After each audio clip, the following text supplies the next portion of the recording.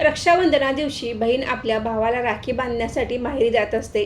जेव्हा बहीण आपल्या भावाकडे राखी बांधण्यासाठी जाते त्यावेळी तिने माहेरून म्हणजेच आपल्या भावाकडून आपल्या आईकडून या 3 वस्तू अजिबात आणायच्या नाहीत.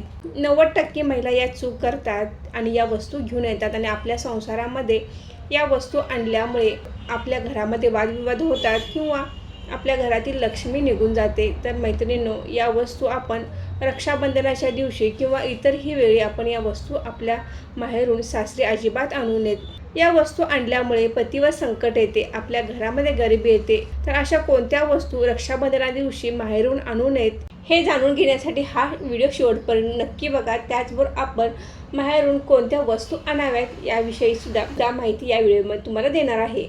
रक्षाबंधन हा सण भाऊ आणि बहीण यांच्या अतूट नात्याचे प्रतीक आहे. बहीण आपल्या भावाच्या रक्षणासाठी त्याच्या हातावर रक्षासूत्र बांधते, राखी बांधते. भावाच्या चांगल्या आरोग्यासाठी आणि दीर्घ आयुष्यासाठी, त्याच्या प्रगतीसाठी बहीण भावाच्या हातावर रक्षासूत्र बांधत असते.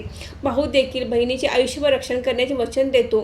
तर मैत्रिणींनो, या रक्षाबंधनाची शुभ मुहूर्ताविषयीचा व्हिडिओ मी काल अपलोड केला आहे, तो व्हिडिओ तुम्ही बघू शकता. राहू काळाचा 1.5 तास सोडून आपण आपल्या भावाला राखी बांधायची आहे. रक्षाबंधना दिवशी बहीण आपल्या भावाला राखी बांधण्यासाठी माहेरी जाते किंवा भाऊ बहिणीकडे येतो. परंतु जर तुम्ही माहेर गेला असाल किंवा भाऊ तुमच्याकडे राखी बांधण्यासाठी आला असेल तर त्याने देखील या वस्तू आणायच्या नाही आहेत. तर तुम्ही माहेर गेल्यानंतर काही महत्त्वाच्या वस्तू आपण या रक्षाबंधना दिवशी आणायच्या नाहीत किंवा इतर वेळी देखील आपण आईकडून, भावाकडून, आपल्या बहिणीकडून या वस्तू कधीही आणू नयेत.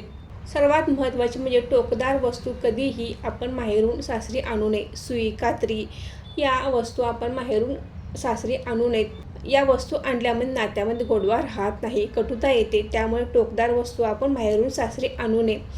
लोणचे, बऱ्याच वेळेला आपल्या आईच्या हातची चव किंवा आईच्या हातचे लोणचे आवडते म्हणून आपण बऱ्याच वेळा आईकडून लोणचे आणतो.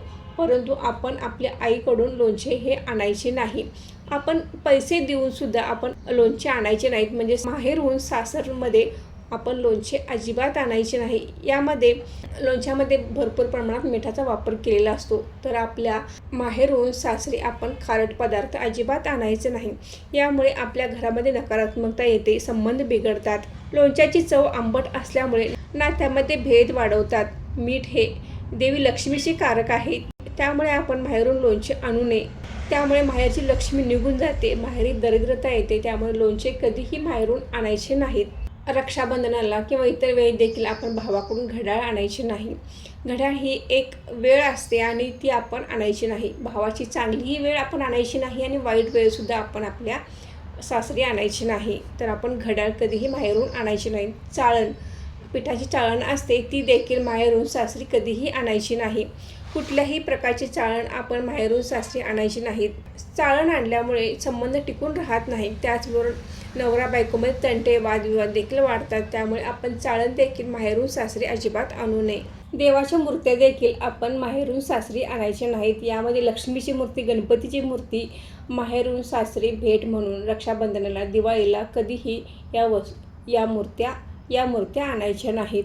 तुम्ही रक्षाबंधना दिवशी साडी, बांगड्या, त्याचबरोबर सौभाग्याचे अलंकार या वस्तू तुम्ही माहेरून आणू शकता. परंतु ज्या अगोदर सांगितलेल्या वस्तू आहेत त्या आपण माहेरून अजिबात आणायच्या नाहीत. त्याचबरोबर सर्वात महत्त्वाची वस्तू म्हणजे आपण तांदूळ आपल्या माहेरून सासरी आवर्जून न्यायचं आहे. तांदूळ आणल्यामुळे आपल्या घरामध्ये बरकत येते, आपल्या घरामध्ये सुख समृद्धी येते. त्यामुळे आपण माहेरून तांदूळ जरूर आणावे. गोडाधोडाचे पदार्थ देखील तुम्ही माहेरून सासरी आणू शकता. कोणत्या वस्तू माहेरून आणायच्या नाहीत आणि कोणती वस्तू आपण माहेरून आणायची हे आपण आजच्या व्हिडिओमध्ये जाणून घेतले आहे. तुम्हाला रक्षाबंधनाच्या खूप खूप शुभेच्छा. आजचा व्हिडिओ इथे संपवते. आजची माहिती कशी वाटली हे कमेंट करून नक्की सांगा. व्हिडिओ आवडल्यास व्हिडिओ लाईक करा, शेअर करा आणि सारिका भक्ती विश्व या यूट्यूब चॅनलला सबस्क्राईब करा. धन्यवाद.